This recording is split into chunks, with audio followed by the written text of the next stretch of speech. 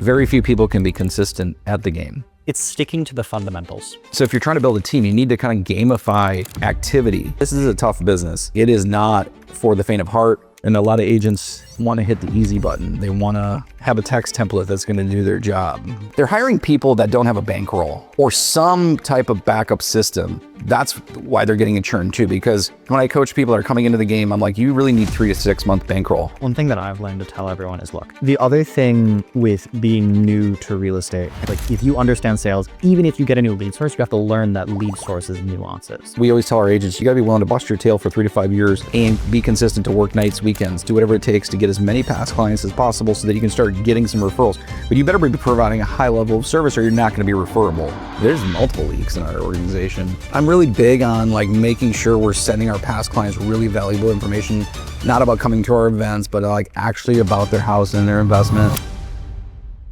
Greg, you've been in real estate since 2006, and you've had your own brokerage for 15-ish years now. Yep, started at Dallaire Realty in 2011. Perfect. So I want to open, you've been doing marketing for basically that entire time. For someone who's starting a new brokerage, what are the 3 mediums that you're going to recommend? Why do you recommend those mediums? And how would you go about scaling them? That's a great question. I would say for us, Facebook has been something we've been consistent at since even in 2011 when we launched the company. So we've been consistently marketing with Facebook. Now there's a wide variety of use cases that you could use for that. For us, I would say Facebook's the reason that we are like a brand that's recognized in our local market. You know, there's a lot of like franchise companies. We're fully independent. But by consistently marketing with Facebook and getting, you know, hundreds of thousands of impressions on a monthly basis over time, you know, we're generating leads. So Facebook can generate you leads. They're definitely very like what I would consider top of funnel. They are leads that you're going to have to nurture for a long time. I think another medium that you could use, obviously the world is changing, but I still think Google AdWords, has a strong presence still. And I think it will for a while, even with the AI place, but you know, obviously you pay attention to where that's going. Third, you know, from an advertising perspective, you know, I'm really into YouTube and other things. I think there's a lot of opportunity out there. Are you going more the paid route or are you going more the organic route? That's a great question. I would say for us, a little bit of both. I think if you have the resource, like when you're starting out, if you're building a brokerage and you don't have a lot of resources from a financial aspect, a lot of this you're going to have to do organic. Right. I mean, you can, it's a long-term play. Even we look at our budgets, we look at what we spend on some of these mediums. I'm spending a lot of money, but it's like, I use that in place of like a billboard, you know, like, you know, billboard can cost you anywhere from $2,000 to $6,000 a month, depending on where you are. I'd rather have a digital billboard where I at least have some type of targeting, so I can reach people with my dollars, you know, because I'm in a market where the average price is $325,000. You know, I have friends all over the country who can make mistakes with, you know, these big advertising budgets and they can close a couple transactions and make their money back. I have to be extremely careful. And I recommend most people who are starting out to like, you got to learn how to also convert these, Right. you know, things that you generate from these mediums. But yeah, I mean, Facebook, Google ads, you know, I think there will be more opportunities to advertise in ChatGPT, Perplexity, Claude, some of these other, you know, but that's going to change and evolve, but 100%. I know your SEO is really big on your website. You probably have what, 50,000 people a month? well, we have a lot of people that come back constantly searching. So I think, yeah, I mean, from a traffic number standpoint, we definitely have those kind of numbers, but like from an organic reach, you know, it's 5 figures, but it's not 50,000. Okay. You know? I know last I checked SEMrush, it was 26,000 according to them. Great. Of course, that's like kind of bullshit, but I mean, it's in the ballpark, but that's something that took a massive amount of time and energy and effort to get to that point. That would not be where I would recommend somebody. like people think SEO is free. Yeah. It is so far from that. In the early, if I'm recommending to like newer people trying to build a business, SEO would be like the last. That's like something that I've been out for 19 years. I've been consistently doing a lot of these things. So it made sense for me, and we have the resources to be able to invest in that type of stuff. But that is a long-term game. That is not something that's going to like spit out, ROI Right. immediately. Right. Now, long-term, yes, like we're benefiting from it. But it's work, and it's not like I can't stop doing it. That's the problem. Like, and that costs money. It's not like It's not free. yeah. Yeah. I'm almost better off finding a lead source that converts. I guess one of the mediums you could do is Zillow, but you got to be very careful with that too. You got to be able to find. You have to be really good at converting opportunities. Like Zillow is like 8 to 10% of our business for the last 10 years. Yep. And I have friends that are like really, really in bed with Zillow, where it's 50 to 60% of their business. So you got to be really careful. But I would have a small mix of that. You want to have multiple pillars. 100%. So I would probably kick out maybe the YouTube, or put YouTube on the back burner, and like Zillow, because if you are trying to build a business quickly, there is some benefit to spending a little bit more money on the quality of lead. But if you don't know how to convert a lead, Yeah, I would say, as someone who just does SEO and like the Google side, we find really good ROIs with doing small scale SEO and then retargeting ads on the back end, because it's not that you need a lot of traffic, you need a lot of the right traffic. Yeah, no, I agree with you. The goal is to bring people into the funnel. They're all at different parts of the journey. Like the sales cycle is 6 to 24 months for most people that come into our ecosystem. I mean, we have people that have opted in 12 years ago that we're converting, but we don't really give up. Like it's a game that we play, and we played at a pretty high level, and it reaps benefits, but it is work. Yeah. And none of the stuff that we do None of it's to convert, it's not even as free per se, but it's still like work, and you have to provide value, Yeah. And a lot of agents want to hit the easy button. They want to have a text template that's going to do their job, when they should be, hand-picking properties for somebody, because what you had completely discussed in a previous conversation, and show them that you're actually listening and providing value. So the providing value part, dive into that for me, like get specific. So what are you doing to provide value along the journey? A lot of different educational resources. It depends where they're at in the journey. I mean, it's like trying to find and identify their motivation, because a lot of people come into our ecosystem and they're really honestly at the very first phase, which is they're purely browsing, and they may browse for eternity. Yeah. Like they may never come into the pool, but we need to continue to like educate them along the way. As we're shooting a podcast here, we have a lot of like educational content that we will, drip out to them.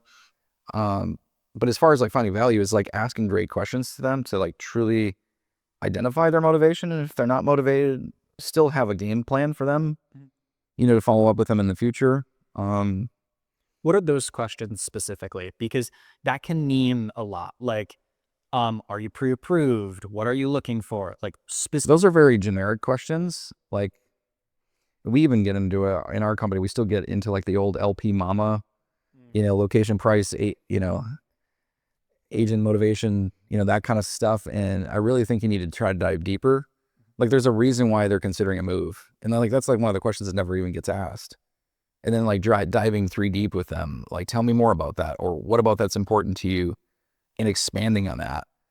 I mean, the reality is people can freaking search on their own. Like they can go onto any of our websites or national portals and 3-bedroom, 2-bath, which is what I see even coaching internally in my company. We're having the same conversations. I'm not going to lie to you and say like everyone is trying to dive deep with these people. And I've been coaching and training, and even myself, sometimes I fall into that easy button of like, yeah, I know where to take this conversation, but I was, the way I have it set up in my office is like my computer, I can call from my computer. I actually have the call coming through my speakers, microphone. So I have agents in my office sometimes, and we'll make calls together. And one of our newer agents, Carter, he's, man, I can't believe you asked that question. And I said, man, you cannot be afraid to ask the question because you have nothing to lose, especially if you don't have the rapport. But every question should lead into another additional question. There's a book called Never Split the Difference by Chris Voss. If you have not read that book, I'd highly recommend you read it. I'd highly recommend you actually listen to the Audible version of it, because if you can do both of those, and then I would put it into practice. He has a company called Black Swan, which repurposes, he does actually have a class for real estate agents that you can take it. And this was like 4 or 5 years ago that I really got sucked into this, but I still give the book out. I just ordered 4 copies for some newer people on my team. I'm like, shit, I got to give them that book. And that's just about paying attention, you know? And I'm all about like labeling the problem. Like in our company, we're always like, if I sense that somebody doesn't want to talk to me on the phone, I'm going to label that. Like, hey, maybe I caught you off guard. Like, you got to be able to like pivot on the phone quickly, because like, here's the reality. A lot of these people, yeah, they gave us their information. Sometimes they don't even realize they gave us their information, but they gave us their information. So they opted in.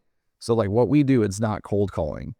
It may feel like it is, but like the skill sets, the LP Mama is like, okay, you can do that on Zillow. You can go search right now for every question I'm going to ask you, you know? But then the motivation is like, you know, and if they don't answer the motivation question correctly, you need to phrase it differently and try to ask again. The other thing is asking permission to ask those questions. I found that works really well. I don't disagree. Like, and you should be asking for permission. You know, it's not a bad thing. But also not being afraid to dive deep with these people too. And no one else is doing that. And if they go through that process with you and you can dive deep with them, and they do spend, like one of my favorite guys on the planet is Jesse Bodwin from a company called Call Action. He's brilliant. Like the guy's one of the smartest guys I know in the country. And he talks about like his ART and some of these other funnels of like the journey of the cycle, you know. But he's like, your goal should be to be in 8 to 10 to 20 minute conversations per day. And then obviously you need to follow up with those 10 to 20 minute conversations to continue to provide value and move it down the funnel. I think a lot of agents struggle to get the appointment first and foremost. I think they, unfortunately, don't try to book their next appointment. I mean, I'm still like, I'm saying the same shit over and over again to my team. It's not like the game is changing. It's just like very few people can be consistent at the game. It's sticking to the fundamentals. Yeah, 100%. And they're not sexy. And the work part of it is not sexy. And it's not necessarily fun.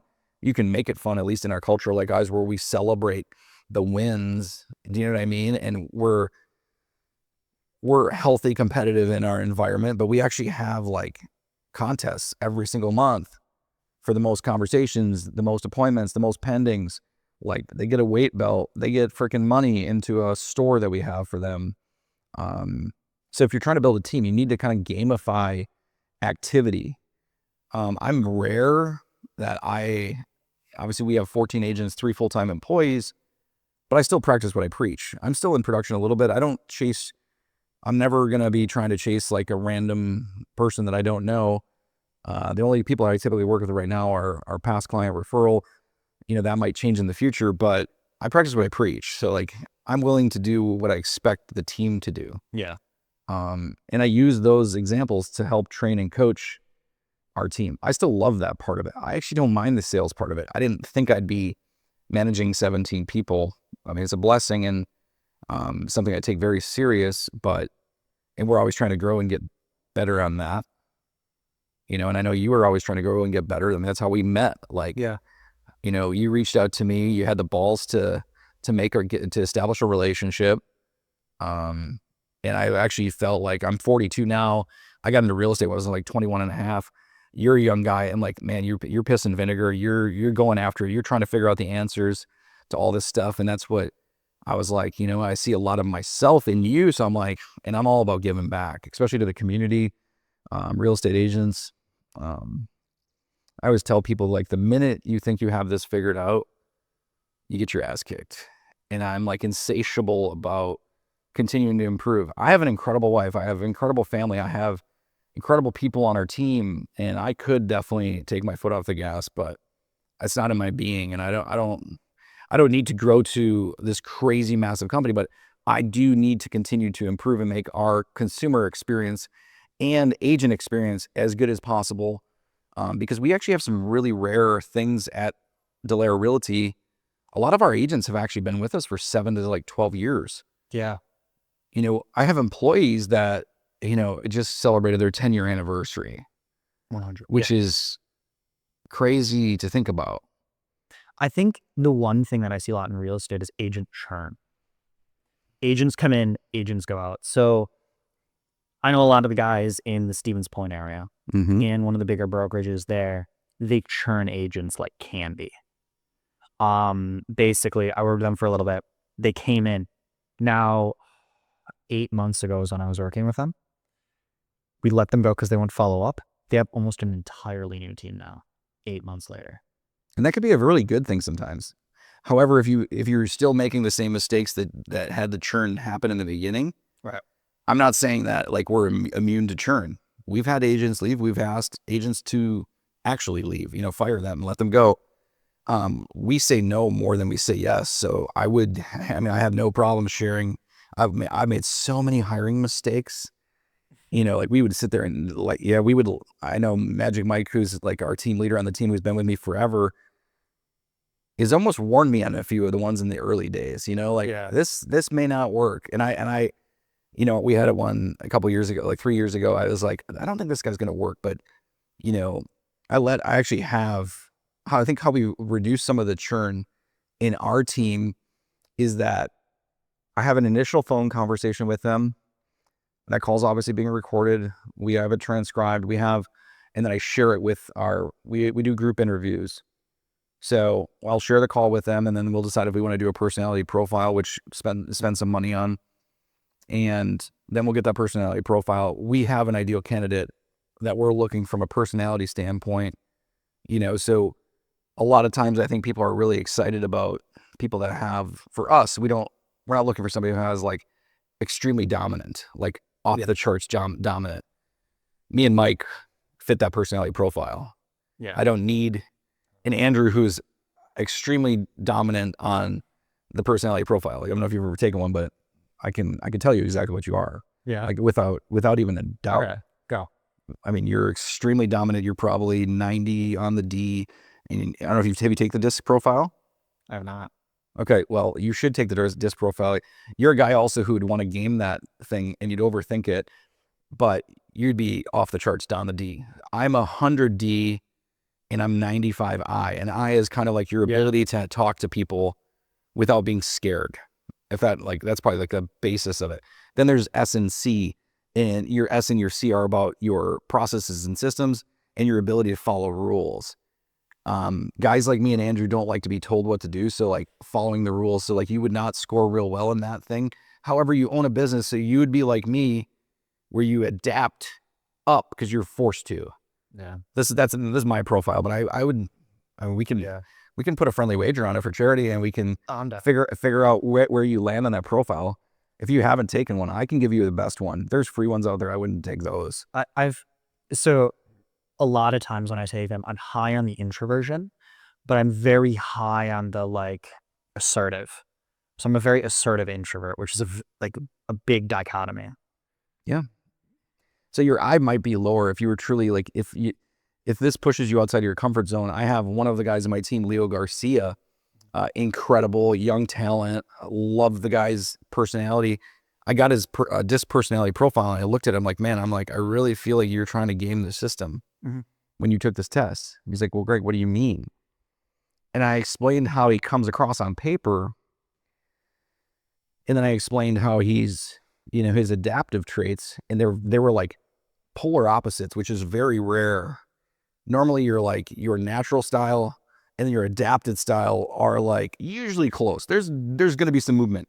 His completely opposite. And I was like, man, this is, It's crazy. And he's extremely dominant, but he doesn't come across that way.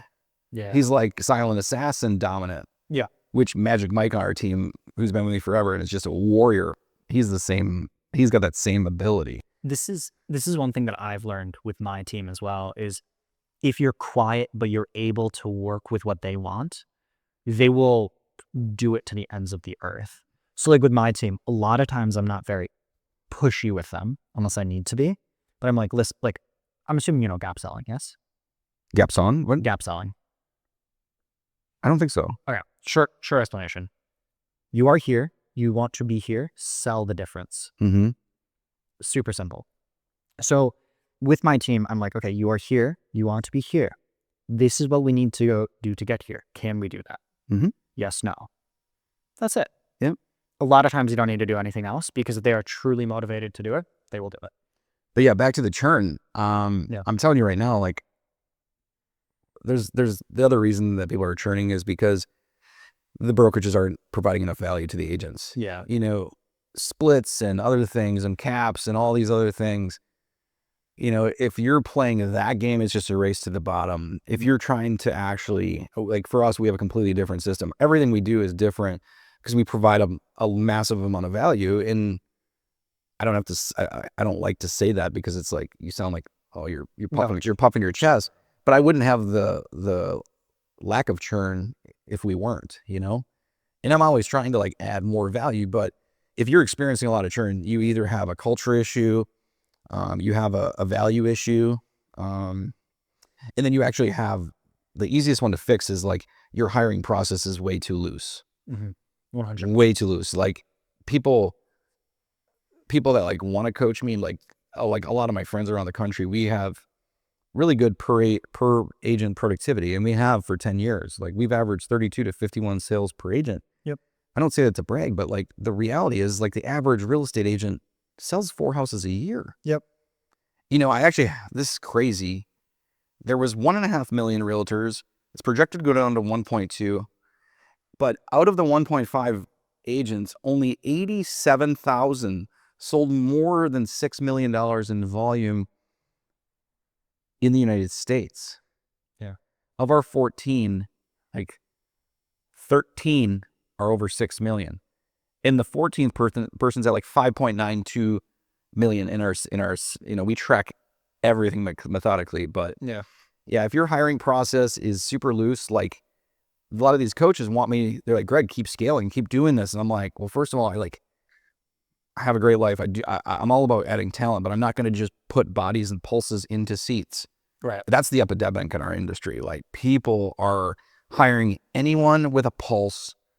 They don't even check references. They don't even if you've got a pulse and a real estate license, you're in. Like, that's why I tell most people when I get on these phone interviews, like, I can give you names of brokerages that won't even put you through what I'm going to put you through.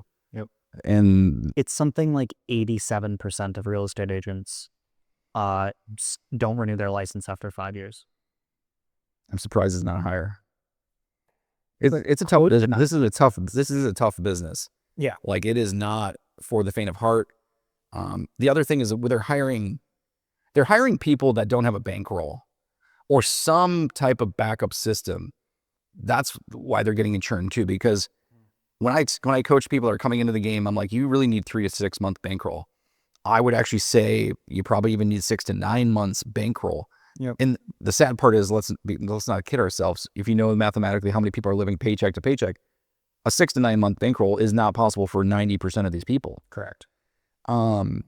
However, the way we sell, which is like the opposite of the traditional salesperson, like we want people to be comfortable, make good decisions. We actually like consult them on the process. As soon as you have that financial struggle, commission breath from the agents comes out real quick. Yep. Like them doing the business selling the right way versus like them having to pay their mortgage. The consumers aren't dumb. They can feel that. Mm-hmm. And so I think that not having some type of baseline of expectations, like they sell this idea that all these things are going to be so great. But when I got in the business in 2006, I had a week and a half of training and the trainer was awesome. Love the guy, but it was sink or swim after that. Nobody was like mentoring me after that. Nobody was like guiding to make sure I wasn't just falling off the cliff. I always explain that the real estate brokerage are kind of like farms. They bring as many cows as they can. They milk whoever they can, and whoever they don't, they slaughter them. And that's like the traditional brokerage model. And it's still going on today. Yeah. There's some other brokerages that are trying to change that. type of thing. But overall, it's still a body count game, and it's not what we're trying to do. We're trying to have culture. We're trying to have a healthy competition, but also like the culture is like helping people. Like our new people help our senior people. Yep. And then as they grow into, then we have new people helping those people. Yep. To try to like, it's rare that we actually like to build agents that actually have no experience. Yeah. Or minimal experience, because it's hard to retrain bad habits in some of these things. And when people get into this industry, all of a sudden, you know, they think they know what they're doing. You got to sell a couple hundred houses before you really understand, like before you get really good at this game. Yeah. And that's what we try to do is we help people build their book of business rapidly. Yep. By investing a lot of money into a wide variety of lead sources. Yep. Like we don't have 3 lead sources. We have probably 37, and that might be low. One thing that I've learned to tell everyone is, look, the other thing with being new to real estate and being like, if you understand sales, even if you get a new lead source, you have to learn that lead source's nuances. Mm-hmm. So every time I come into a brokerage to help basically generate leads, I go, look, there's going to be 6 months where there's a good shot you close exactly 0 of these leads. It's not because the leads are bad. It's not because it's off the market or anything like that. It's because there's nuances. This isn't your sphere of influence where you can call someone and be like, hey, okay, perfect. You're ready to buy or sell? Perfect. Let's show this house. Mm-hmm. Right? It's not like that. There's nuances to it. And so the 6 to 9 months is very smart. I really like that. What would you say for an agent is a red flag in a brokerage? I think ones that actually like overhype, like a lot of them, like our process is we do that group interview phone interview, then we review the phone interview, and then we do a personality profile. Then we decide if we're going to do a group interview. And those 3 people, I'm not in that group interview. I have 3 people that are in that group interview. If any of them say no, or maybe, it's a no. We don't go any, like no further than that. Yep. What was the rest of the question on? What's a red flag in a brokerage? Like what's something? Yeah. So the ones that overhype their value and will basically let you in automatically. Like a lot of them, like, because I'm very transparent with people with the negatives of our business. I probably spend the first 20 minutes on that phone call scaring the living shit out of them about what it's really like. And I guarantee you, I'm the only person in northeastern Wisconsin who's having those things. They make everything sound all great and unicorns and rainbows and all these happy things about the business. It's not like that. Yeah. 100%. And I'm not going to lie to somebody because I don't want to bring somebody in my culture who I blow smoke up, you know what? And all of a sudden the next thing, you know, they're like, Greg, well, you didn't tell me about this. So the number one red flag is if they overhype how great they are, I would run. If you're in a place where you are going to be doing all the business and hunting for the business, yeah, maybe you should be at a place that has different splits. But I can tell you right now, the average cost of sale per transaction on the buyer side, on the low end, is about $600 to generate a closing. But that's going up and has been going up. And I would say for a lot of people who are not good at converting opportunities, the cost of the actual transaction goes over to 4 figures. Yeah. So if you have a team that's providing you 30 to 50 leads a month, there's some serious money being pumped into this. You know, like some of these Zillow opportunities, you know, can be $200 to $250 for a phone call. And it can be a phone call where when an agent actually calls you through the Zillow line. Yep. And there's $250. Like that's the real thing. So yeah. I think the lowest that I have ever seen for getting buyers and sellers is $200 per transaction. That is the lowest. And that is like bumfuck nowhere, Kansas, local service ads and search ads. Yep. And there are pockets and you specialize in a lot of those pockets. And that's what you bring value to these agents, is trying to find the areas where, especially for the newer agents trying to build their business, but you better be prepared to willing to work about, like, when he tells you what to do from a conversational standpoint, on a follow-up standpoint, like, you're getting the coaching in addition to getting the leads. But if you're not going to do the work, like, don't even sign up. Like, you need to do the work. But yeah, $200, man, for the actual cost of the transactions. It's like, sign me up, let's go. Like, that's incredible. And a lot of agents don't even understand the financial aspects of this. There's a gentleman that I'm talking with. His name's David Thompson. He's a coach for the Bill Pipes organization. And he scaled a company from 0 to 1,000 units in 36 months. Jesus. Yeah. And he's doing it again in another state here pretty soon. He's actually up to 1,700 units. He has over 100 agents now. Yeah. But think about that, going from 0 to 100 agents in a market. And then he is using, because we're talking together, and when he is using Zillow on a massive level, and his cost of transaction, his per closing monetary value is way lower than a lot of other things, but he's trying to rapidly grow and scale. Right. And he's doing a great job of it. I mean, like, that's insane. Like, think about that. 36 months, 1,000 units. Yeah. You know, we're between 400 to 500 every single year, and we're consistent. Like, and I'm okay with that. Like, we're consistent. It's hard enough to sell that many houses, but, you know. It's another question of, are you going for volume or are you going for GCI? Because those are two very different numbers, and there's different ways to optimize for both of them. Because you can go for volume, you can pump ads and you can just run it up. Or you can go for GCI, try to be as lean as possible, and try to take home as much as possible. Yeah, this industry is littered with egomaniacs where they're more concerned about the number of houses they sell versus their profit margin. Yeah. And there's this guy, Andy Mulholland. He owns a company called Simple Numbers. And he does accounting for real estate teams. He had a really good, successful real estate team and shut it down and then started an accounting firm. But he's the bright light in the industry who I think is starting to shine light on people's businesses and helping them realize that they're full of shit. Like, just having the most, transactions. But if you're not making money at the end of the day, I mean, there's companies losing money doing business because they're either paying too high of splits to their agents, spending too much money on expenses, and trying to find that happy medium. But this game is very strange that way. People will lose money and not even realize they're losing money. I had someone, I'm not going to name names, they're in the Midwest. Okay. And they're a very big brokerage. And I was looking at like their numbers and what they're willing to get. And I'm like, no, like we can't be spending this much on ads. Like, that's too much per transaction. And they're like, but we're going to reduce the volume. And I'm like, that's the point. Like, we can't be spending this much on ads.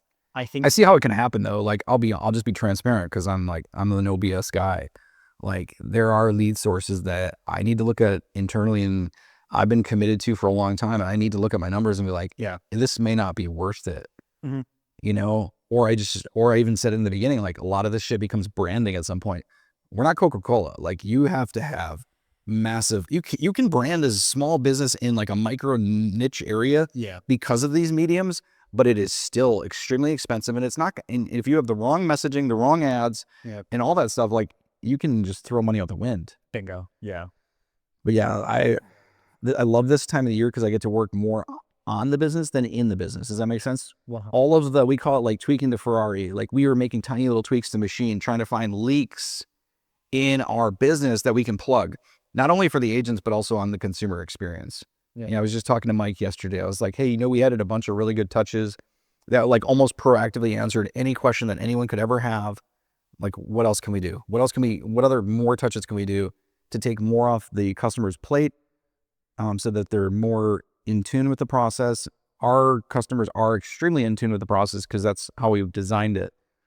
But those are all part of the things. Like, there's so many different layers to this.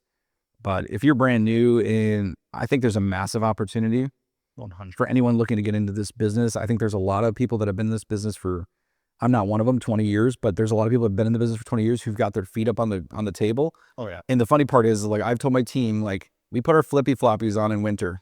It may be 3 degrees right now in Wisconsin. I can tell you right now, there's people dialing, smiling and dialing right this second, converting not cold opportunities, but warm opportunities, or people that have been on our site for a long period of time. There's so much opportunity for people that are willing to work and have great communication skills and doing the stuff that I was saying before, like asking hard questions, being willing to dive deep, and being more than just an order taker. Yep. Because a lot of people get into order taker mode, you know? You can't. No. It's constantly one of the things of like rip away the bad habits, because you will fall into that if you're not constantly like removing the things that are making you an order taker. Yeah, like this business, the rewarding part of this business is getting referrals. Yes. But it takes, we always tell our agents, you got to be willing to bust your tail for 3 to 5 years and be consistent to work nights, weekends, do whatever it takes to get as many past clients as possible so that you can start getting some referrals. But you better be providing a high level of service or you're not going to be referable. Now, agents in my system can be more referable without killing themselves because we have so much support around them. Mm-hmm. Like my agent's job is to really follow up with prospects, get them in the field, and then they hand off the transaction. They still need to be a part of the transaction to the closing team. And then they have a ton of leverage there. They have a ton of leverage on the listing side. Yep. We have a full-time person that's doing incredible property, pictures, video, drone. We've got the FAA license. We've got all that stuff, doing walkthrough tours, videos, and then doing the advertising too. So if anyone's watching this and maybe they're like, oh shit, I don't want to have the overhead. I don't want to have the expense. Because I can tell you, you have to sell an absolute massive amount of number of homes before you actually become profitable. Mm-hmm. While we were building this thing, we were pouring back into it the whole journey. And yeah, we actually make, like, guys will make jokes in the office like, oh, Greg, Greg's making so much money. I'm like, guys, this was 19 years of consistency that got it to this point. And I'm not as profitable as we could be. We need to be more profitable, like we talked about. We're profitable, but we need to be more profitable. Because what's the point? Like, Exactly. no one's going to look at my gravestone like Greg was awesome at selling houses. Like that's not the legacy I want to leave. Yeah. And everybody's all tied to that stuff. That's like, it's weird even saying our numbers out loud, and we track. I have every number that I have a photographic memory. I memorize almost everything instantly. I'm very blessed that way. Yeah. But I don't publicly go on Facebook and talk about how we sold 457 homes in 2025. I don't. We're not puffing our chest. We could. Yeah. I mean, honestly, we wax the shit out of a lot of people that are bragging about how great they are all the time. It's just not who we want to be. But if you're watching this and you're like maybe in the local area and you don't want to build a team and you want to be part of something cool, like we have such an abundance of opportunities. Our current agents that are sitting in their seats don't feel that way because they always get nervous about other people. But Yeah. we have so many leads that even they're not calling that they should be calling. Somebody that's been on the website for 7 years, looked at a property 6 times at 10:30 this morning, and they're not going to reach out to them. Yep. The older leads that have been in the database for a long time are much easier to convert because they know who we are. Yeah. Because we retarget and remarket the living piss out of those people. They know who we are. I guarantee you. Yeah. I'll run into random people at grocery store like, oh, you're sending us emails. Yeah, we send out a lot of emails a month. Oh yeah. Yeah. Over 100,000, like 150,000 emails. And those aren't spam emails. Those are like actual customized searches to people in our database. Oh yeah. Like that, it's when you start seeing that kind of volume, the numbers become very apparent. One of the best things that I ever did with a lot of the ISAs that I work with is we screenshot their numbers and put it publicly in the group chat because there is no hiding. You walk into our office, we have TVs up, and you can see exactly who's leading the most amount of dials, the most kind of conversations, the most amount of pendings, the most amount of appointments on the buyer and listing side. And they're walking down the hallway and they see that. Yeah. But we also celebrate that stuff too. So I love what you're doing with your ISAs. The best thing for we actually just hired another ISA that we're working on developing, which we had a really unique opportunity. Somebody relocating from another team from Connecticut to here. Yeah. So the guy's got some chops. I knew his family through a thing, and yeah, like I think he made 195 dials yesterday. Sick. He had 26 conversations. I've been telling this to our agents all the time. Like when somebody starts putting up those kind of numbers, it shows you what's possible. It is possible to have that many conversations. But if you want to get good at this business, you have to be willing to do that.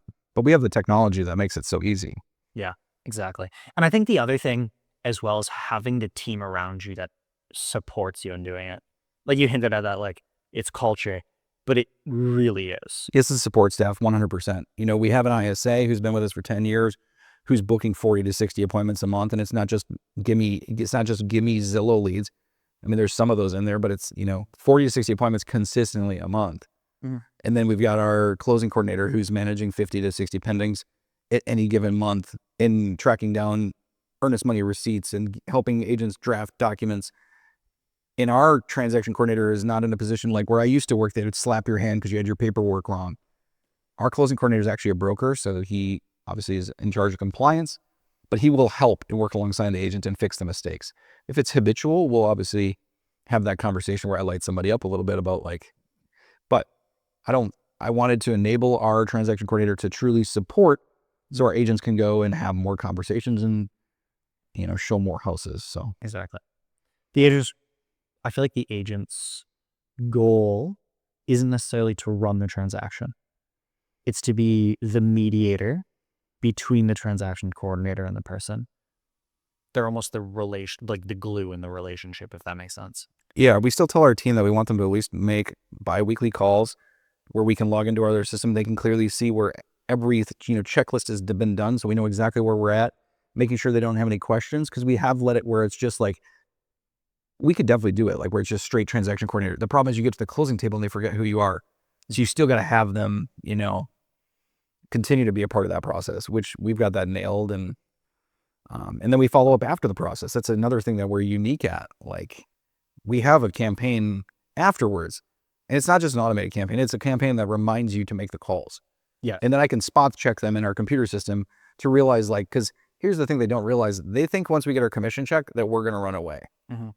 And we want them we want to be their realtor for life. That's not in anything about the equation. And we've designed everything to be that. Everybody looks at us like, man, these guys do all their business off of Zillow and Google and all these things. It's kind of bullshit. That's part of it. You might find this funny. Do you know who Amy Stockburger is? Yeah, I've heard that. Yeah. Yeah, so she's really big in South Dakota. I think she's their number one team. Her thing. I actually just saw a video of her on my Facebook today. Yeah, she's really good. Yeah. I had a podcast with her 8-9 months ago. No, maybe a year at this point. I don't know. Anyways, did a podcast with her a while ago. Her entire thing is once you become a client, you're a client for life. Mm. And she has a margarita machine that you can use for life. And it's all Amy Stockburger branded. So you're not going to go anywhere else. Mm-hmm. Moving truck. I think she has blow up playpens and stuff. Yeah, we actually, so for 13, 14 years, we've been consistent for a long time, but we have client events. We actually have our Santa photo day with GB Santa, who's the best. The guy knows sign language. He's master certified Santa. He was a cop. The dude's just brilliant. It's one of my friends from high school's dad, and he's been our Santa forever. You can't even get this guy. He is, people have tried to emulate our events. They know that we've been doing this forever. They're like, oh, this must be part of the magic. It's a piece of it, but we're not doing these events and asking for them to send us referrals. We're not douchey that way. We want to provide value and earn the right to, stay in their ecosystem. But the cool thing is it becomes a tribal effect, but it's a long-term play. Yeah. For us, it's grown to the point where our events are all 5 figures. Every event we do is 5 figures. Yeah. Cause we're going to have this at the Vandervest Harley Davidson duck blind. It's an incredible location. We're going to have, dude, our cookie bill was $1,600, but we're going to have 600 people there and making an impact. We did family photos where we had it at a park. We had 3 photographers. We had ice clouds, which is a snow cone machine. And then we had a coffee truck. That sounds good. Yeah, with the coffee truck was sick. But giving back to our clients, and staying in touch with them. But that's the thing, we continue to stay in touch with these people. 100%. And nobody else does. I think there's a small few that do, but we will call them 4 times in the first 6 months after closing. Yeah. And here's the thing, I could tell you all this. Here's the thing, 2% of people are going to do what I say to do. And I'm fine, whatever. If you want to, this business is so weird of the rip off and duplicate, R&D, they call it research and development in other industries. This, I've given you, and I'll give you anything. I don't care. I want to give back. But the fact of the matter is 2% of people at best are going to actually take this and run with it. If you dissected this down. You might find this really funny. So we run Google ads after they get marked closing as a retargeting ad for 90 days after. So 3 months after. And all it is, hey, thank you for buying and selling. All we want is a review. And if you know anyone else, send them our way. And then it goes straight to the Google page. $5 a day. That's all you need, because they only need to see it once. If they're a good client and they closed, they're going to leave a review. Boom. That helps Google. Yep. Be like, hey, I like this guy. And 2, So is it like referral. it's just like a display ad, or is it? Video ad. Okay. Yeah. And sometimes we do display ads. We find the video ads do better because it'll pop up on YouTube and then you can't skip it for 5 seconds. Yeah. Love it. Plus or if it's a video of your actual agent, that's the problem, is a lot of them don't have I mean, I'd love to have more agents on video and stuff, but a lot of them aren't comfortable with, and I get it. It's not, I don't get enjoyment of being on a video, but I really don't. That's why I record ads and then I repurpose those ads. So I'll go into the studio for like a day and shoot stuff, because I do not want to be shooting video all the time, but that may change. I used to do video. If you go back to my YouTube channel back in the day, like I was doing videos in 2009, 2010, like before video was even a thing. And obviously video plays a much more pivotal role these days. So that it does. Now, I want to ask one more thing. You have the Ferrari is kind of the analogy. If I were to poke a hole in your Ferrari, where would it be? There's multiple leaks in our organization. I'm really big on like making sure we're sending our past clients really valuable information, not about coming to our events, but like actually about their house and their investment. And it's kind of a massive data overhaul play, like when you have like 3,500 past clients, to get all of those on the exact right metrics. It's like, it's a manual thing. So but I would say we had 2,900 people that have been on our website in the last 90 days that have looked at a property multiple times, but we have not talked to them in over 90 days. Oh, interesting. Okay. We have a massive database. Yeah. Like our database is almost the size of the Green Bay proper population. It's insane. Like so if you're in the market and we're really looking for people in Oshkosh and Appleton. Yeah. Because we're starting to build a really good presence in those areas too. But if you know anyone that's looking to get in the real estate game in Appleton, Oshkosh, or if you're talent, great at communication, I see what Greg's saying here, I'm willing to do these kind of things. I mean, we'll talk to talent in Green Bay too. Ship it. I love it. All right. That's all I have for you. So where do you want to send people? It's the website. I mean, you can find us on DallaireRealty.com. I mean, we're all over Facebook, Instagram, TikTok.